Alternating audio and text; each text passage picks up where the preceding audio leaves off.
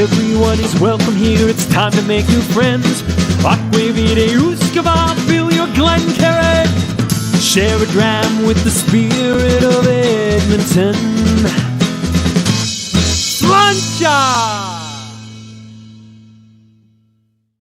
Plancha Opa. Welcome, whiskey brothers and sisters. So happy to be here today. We're here with Gordon Glatz, and we are at Odd Society Spirits. And Nick and I have had a fantastic afternoon. Say hi, Nick. Hi. We can hear him. We've been shown around this distillery, and I know we've been here a couple times before, and we've seen pictures, but it really doesn't show you the depth and the beauty of this place. Because the barrels and seeing the stills one-on-one, you can touch the stills. It's just so exciting. And we learned two things today. And Gordon, I'm going to ask you both of them. First, if you can tell us about the maple barrels, and then how you are working with peat, because we're not allowed to use anything outside of BC. It has to be 100% BC grown. They don't grow peat here, or they don't infuse the peat. They don't dry peat. So happy to be here. Thank you. Happy to have you guys here. So if we're talking about the maple barrels, what we did was there is a distillery south of us in Washington called the Woodinville Whiskey Company. And they have a really unique product where they dump their bourbon barrels or their rye barrels, and then they refill those barrels with maple syrup. And then after 3 or 4 months, they dump those barrels and they have a product, and it's barrel-aged maple syrup, and it's delicious. It is delicious.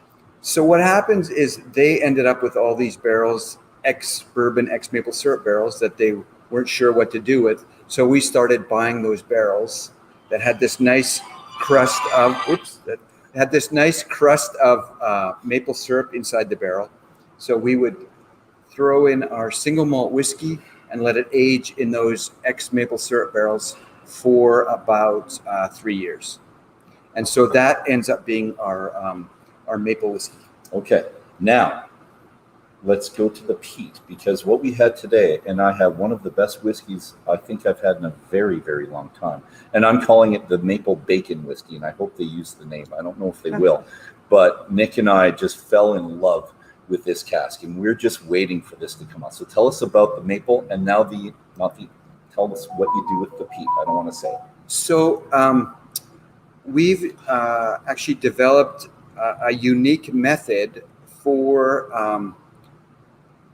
creating flavors in whiskey. So we are a craft distillery, and the rules are incredibly strict, which means 100% of the grain has to be grown in British Columbia. We can't even buy from Alberta. I'm not allowed to buy from Edmonton, even though I'm from Edmonton. My dad has a farm in Alberta. I can't buy from that farm.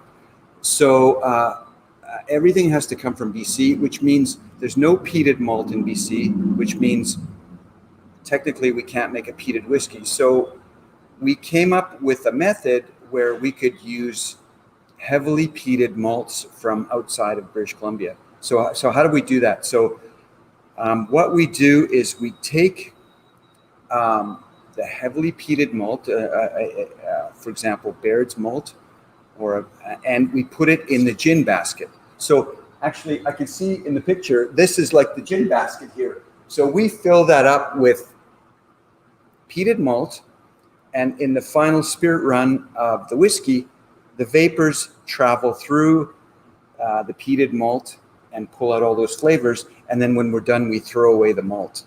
So it's an end run a little bit, because technically we haven't used the malt to make alcohol.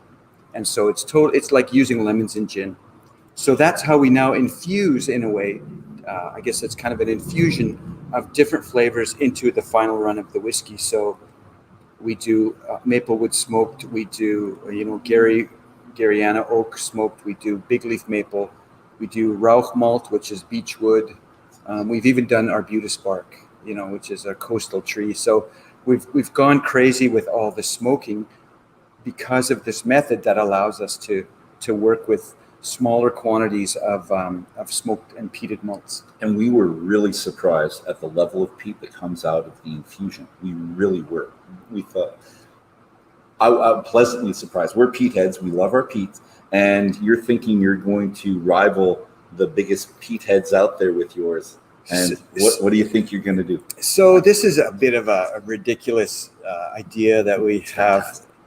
We're working on making the peatiest whiskey in the world.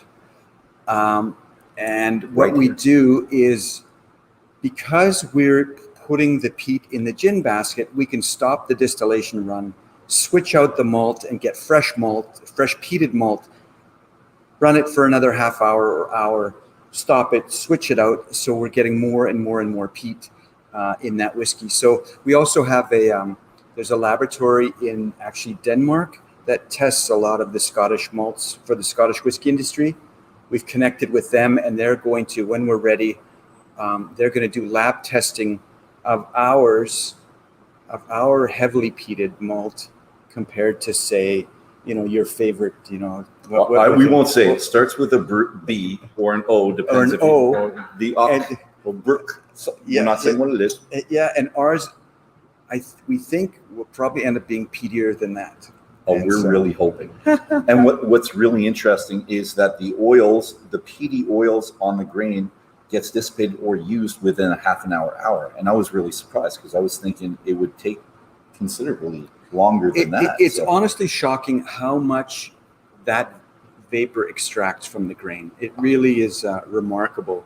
And so we're using that for a lot of different products.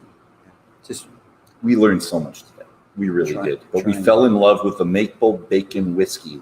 We keep saying this so it ingrains on his subconscious, and he actually makes it. But we've already asked for 6 bottles, so hopefully we'll get them. We don't know if we will, but we'll have to throw bacon into the gin basket. No, right? You don't have to. You don't have to. That smoke was bacony. It was fantastic. If anyone out there's had the Rogue, the maple bacon donut beer, this'll knock your socks off. It's fantastic. And so what we're having right now is that one right there, the Commodore, and we have them signed by Joel and by this gentleman right here. See the signatures. This won't be open. This will be on my shelf. And what do we think? We're going to go for the nose. I said biscuity, but you said what? I said like arrowroot biscuit. Arrowroot biscuit. Arrowroot biscuit. Those sweetness on the nose. Yeah. Light caramel, but the taste is lightly sweetened, nice wood flavor. Yeah. And the wood comes at the end. I didn't get too much wood on the nose. It came on the palate and the finish for me. Finish. Okay. It's a nice light finish. And I'm going to say a bit floral. I know we're not talking about the Commodore Rye, which we've had a lot of, but where I've had a lot. Not the Commodore Rye, the Prospector Rye. But I still get floral. Do you get floral at all? I do, yeah. I'm not always sure where this stuff comes from, but just comes. It's happy it's there. And on the pellets, the sweetness comes. That's number one, and then the wood at the end, and kind of a medium finish. It's delicious. And when you were aiming to make this, what were you looking for, Gordon? What did you expect, and did it turn out the exact same way you wanted? Yeah, we're very happy with how it is.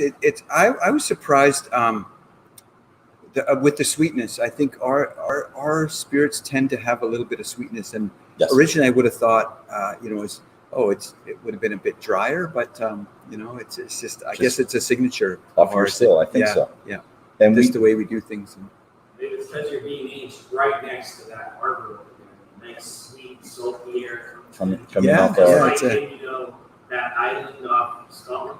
It starts with an I and ends with a Y, and something like that, but we're not mentioning them. Yeah. So, and we just have to plug for Davin and Blair right there. There's the book, and that's how we found out about this. We did our very first Canadian Whisky Journey with the Canadian Book Club with Davin and Blair, and here we are. We're on page 32. So if you want to come here, you're looking at 32. It's going to tell you about Gordon and Miriam and the background and what they do and how special this place is. And if you're into art, this is the best distillery to come. Just look at this. It's beautiful. And what do we call the style? Steampunk. Yeah. Okay. See, I'm learning things every day. Thank you all. Thank you very much, sir. This was a fantastic day. It's a really good day. Thank you so much. Come again. We shall. Slancha. Cheers. Cheers. Whichever. Canadian. Slancha. Santé for my French friends.